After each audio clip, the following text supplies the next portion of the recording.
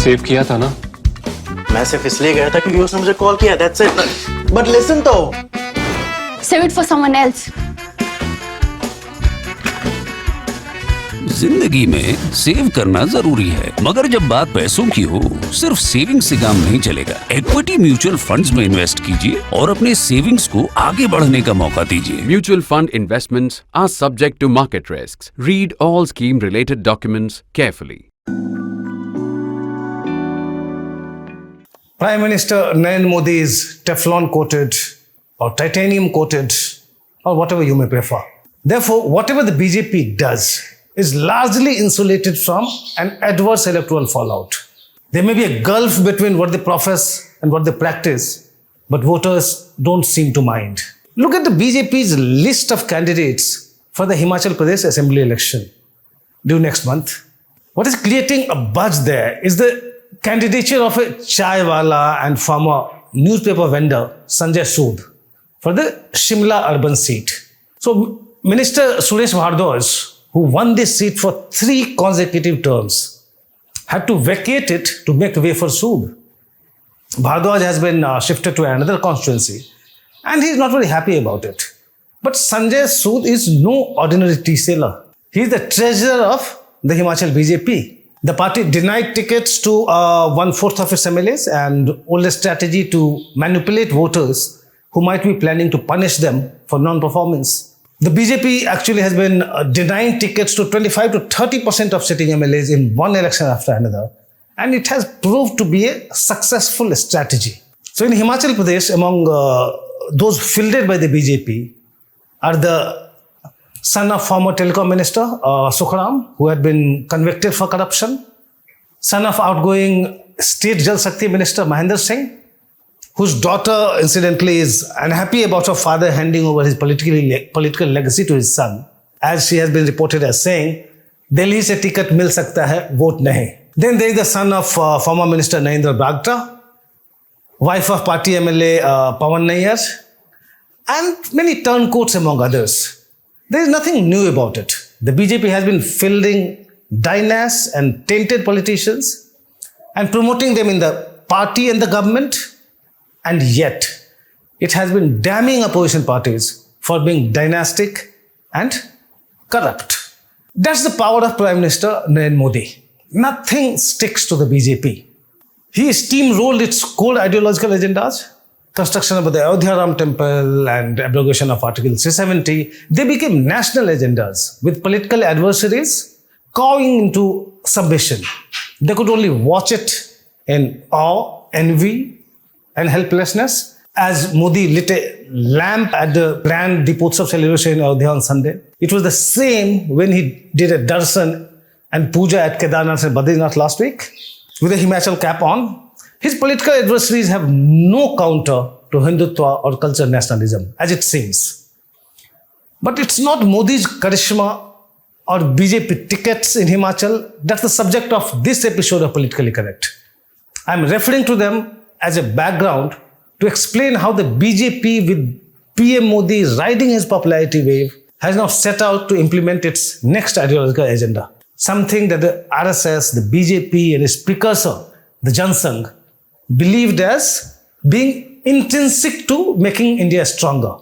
That's one nation, one language.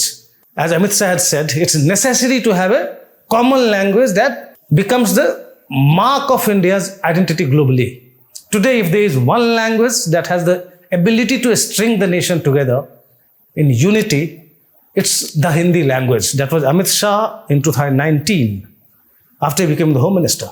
He was only articulating the Sangh's long-held view on the issue, and Shah has not stopped at that. On 16th of October in Bhopal, he launched textbooks on anatomy, medical biochemistry, and medical physiology in Hindi for MBBS students. Even as the BJP High Command is looking to promote a new face in Madhya Pradesh, Shivraj Chauhan has embarked on an ambitious project to provide MBBS education in Hindi. It has triggered a huge debate in the medical fraternity. Let me read out a few exchanges in WhatsApp groups of senior doctors. They are mostly MDs and DMs. Some of them happen to be my friends. They have shared the chats with me, which I am going to share with you in this program. Let me come to the pro-Hindi chats there. So one of them goes like, I don't understand that you learn Ukrainian, Hungarian, Russian, and the language of Honolulu to study medicine. But the moment it comes to Bharatiya language, there is pain in the abdomen. Pet mein dard ho jata hai, he says. Another one says, those not so well versed with English get a more level playing field, which is true to an extent. Then another chat goes like, taking pride in our own culture and removing the shackles of colonialism. That's how he looks at this MBBS course in Hindi. Now let me cite some anti-Hindi chats. One of them reads, what's the problem with going along with the global language? Need to walk with the world to become Vishwaguru. Another one who apparently had a look at the Hindi books launched by Amit Shah says, for the promotion of Hindi, spleen should have been written as Dilli and kidney as Vrik, and not a spleen and kidney in Devanagari. How will it promote Hindi?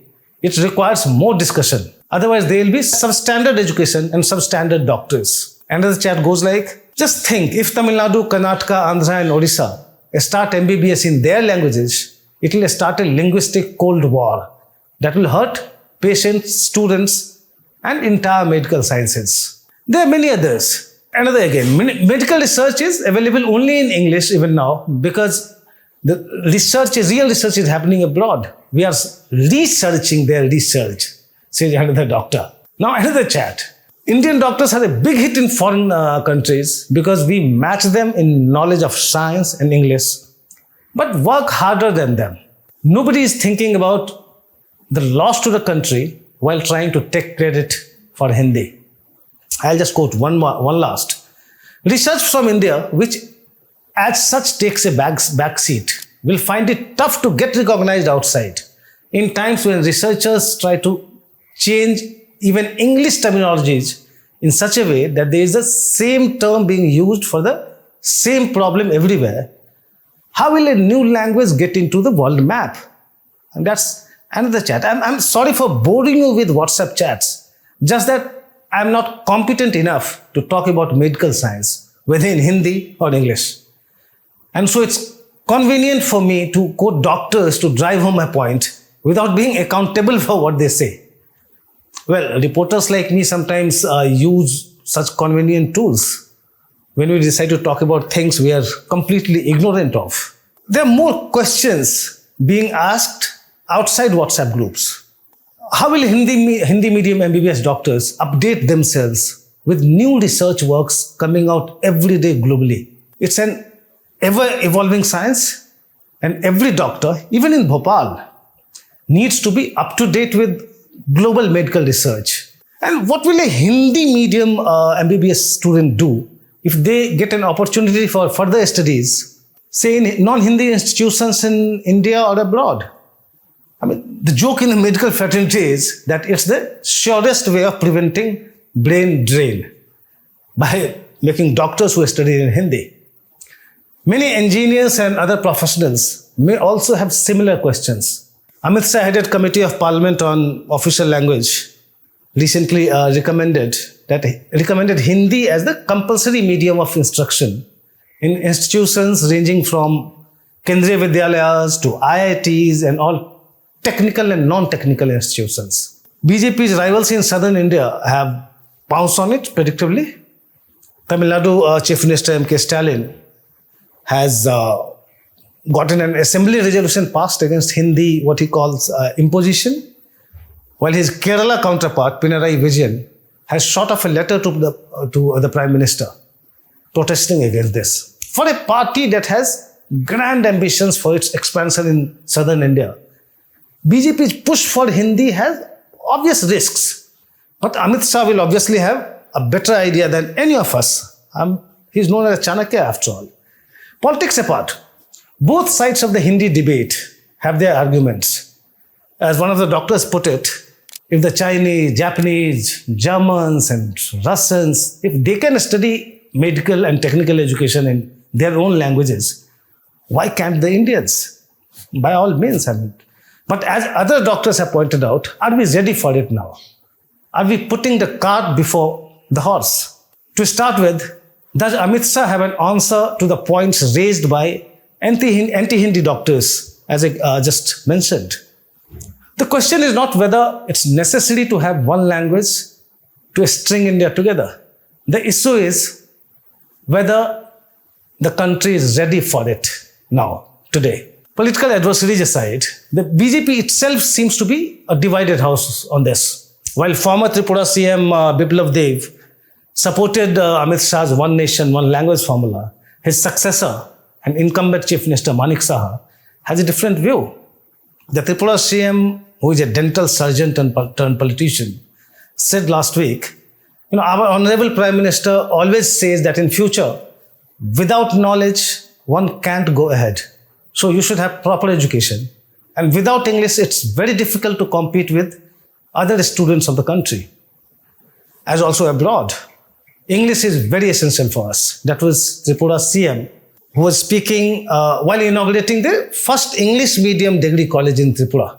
In that college, English and Bengali are compulsory subjects. Last year, the Yogi Adityanath government in Uttar Pradesh converted about 15,000 primary and upper primary schools into English medium schools. In fact, in 2007, barely weeks after taking over as the Chief Minister, Yogi had told a news portal while speaking about his intention to start teaching English from nursery onwards. He said, the traditional and the modern should blend. We should also have an education system that promotes nationalism, but which is modern. Coming from Yogi, many people were surprised. The Assam cabinet recently decided to teach mathematics and science in English from class 3 onwards. Defending the decision, Chief Minister Himanta Sharma said that it's needed to produce more doctors and engineers from poor families. And I'm quoting him here, the affluent class should not ask students from poor families to study in vernacular medium and send their own kids to English medium schools. I saw one report in Times of India quoting him. Now, Himanta Sharma is spot on. Amit Shah may want to do a survey of what his ministerial colleagues have to say about Hindi as the medium of instruction. As the Print reported in 2020, at least a dozen of Modi's ministers had sent their children to Oxford, Harvard, and other foreign universities. Amit Shah may also like to check which schools his ministerial colleagues send their children and grandchildren to, English or Hindi medium. He'll be surprised because I see many of his ministers outside the school where my children study. Lohiaites were another anti-English brigade. Check where Akhilesh Yadav's 2 daughters are studying. He has sent them to England. The point I am driving at is that Prime Minister Modi wants to pull the country out of the slave mentality surrounding the English language. But for once, many of his chief ministers and ministers may not be in agreement. That's all from me in this episode of Politically Correct. Thanks for watching.